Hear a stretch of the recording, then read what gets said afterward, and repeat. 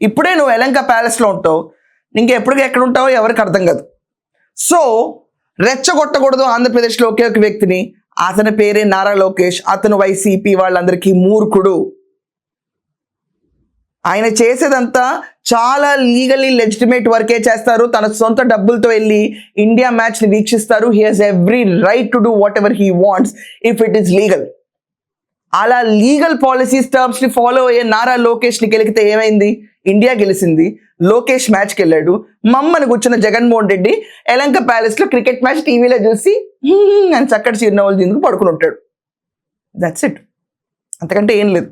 So Jaganmohan Reddy, నువ్వు ఒకటి గుర్తుంచుకో, నువ్వు ఏదైతే చేయొద్దన్నావో అదే జరుగుద్ది ఆంధ్రప్రదేశ్లో ఇక్కడి నుంచి. రైట్ ఫ్రమ్ లోకేష్ గారు మ్యాచ్ చూడకూడదని దగ్గర నుంచి, నువ్వు చేసిన నినాదాల దగ్గర నుంచి, ఆంధ్రప్రదేశ్ గ్రోత్ అవ్వకూడదు, అమరావతి క్యాపిటల్గా ఉండకూడదు, అస్సలు బేసికల్లీ బూతులనే ఎక్కడ వినపడాలి అనుకుంటే వినపడకూడదు అన్నట్టు నువ్వు ఏ కోరుకున్నావో దానికి అగేన్స్ట్గా జరిగి ఆంధ్రప్రదేశ్ బాగుపడతా ముందుకు వెళ్ళిపోతూ ఉంటుంది.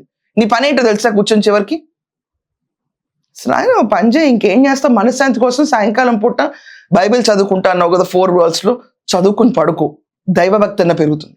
ఇంతకంటే నీకు ఆప్షన్ లేదు. ఈరోజు అర్జెంట్గా హిందూ అయిపోదాం అన్నా కూడా నిన్ను ఎవరు యాక్సెప్ట్ చేయరు.